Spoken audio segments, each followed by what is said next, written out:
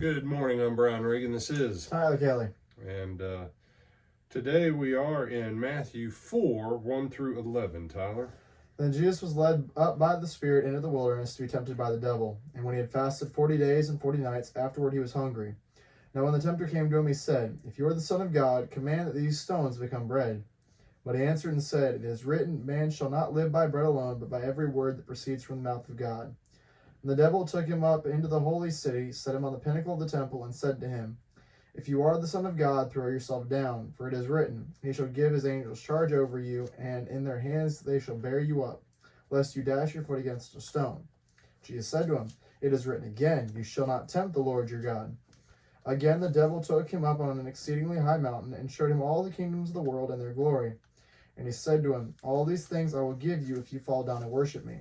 Then Jesus said to him, Away with you, Satan, for it is written, You shall worship the Lord your God, and him only you shall serve. Then the devil left him, and behold, angels came and ministered to him. All right. So, if you didn't get a chance to watch the sermon, or you weren't there for the sermon yesterday morning, I want to encourage you to go back, pick up Matthew 3, 13 through 17, because that really is where chapter 4 starts. We have the chapter divisions just so it's easy for us to find where stuff is. That's the whole reason this stuff is broken down the way it is. As soon as Jesus embarks on the path of the Father, the path of righteousness, he's immediately tested by the devil. Don't miss this reality. When you belong to the devil, you don't ever get challenged in the sense of you can try and do what's good by other people, and as long as no one's actually on the path of righteousness and being saved, there's a certain point where the devil doesn't care. Okay? But the moment you embark that God says you're his son, that God says you're his child, at that moment the devil has to test that. And he's not testing it for himself. He's testing it with the point of getting you to quit.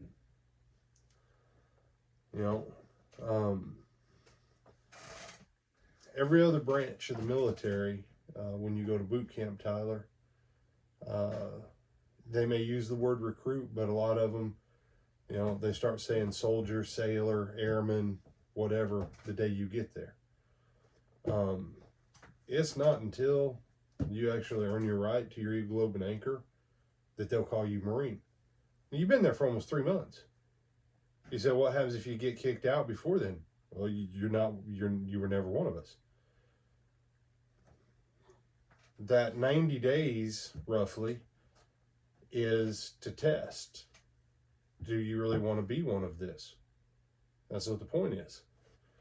When you read this temptation of Jesus, don't miss. The Father just said, This is my Son, the one in whom my soul delights, Isaiah 42:1, or my beloved Son with whom I'm well pleased. Satan's goal is to challenge Jesus's proclaimed identity from heaven with tests on earth, because if we look at it from a human perspective, Tyler, how long has Jesus been on the path of righteousness when he starts his 40 days fasting? More than a year or less than a year? Less. Okay. Probably like the same week. Okay.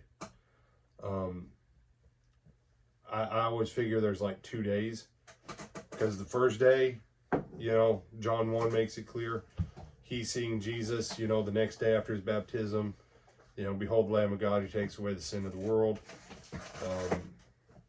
So, you have a couple verses that the exact time when he went in the wilderness, but it's roughly within about like a day or so.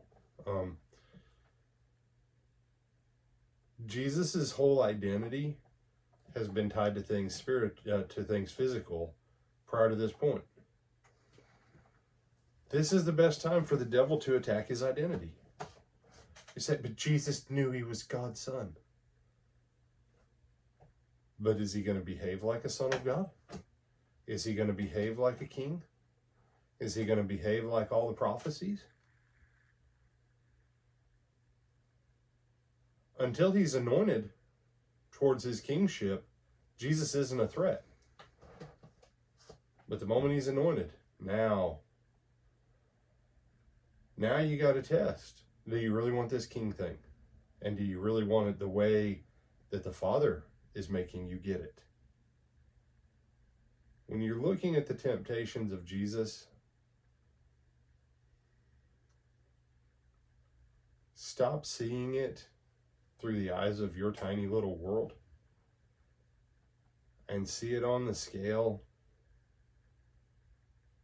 that this thing is universal, and it's playing out over a loaf of bread, over seeing whether or not God will keep his word, over whether or not you'll take the shortcut to get to the end goal, if on paper both of the ends would read the same. What are you willing to swap out? So with that, I'm Brian Reagan. You have some other thoughts, my brother? No, sir. All right, that's Tyler Kelly, and we bid you good day.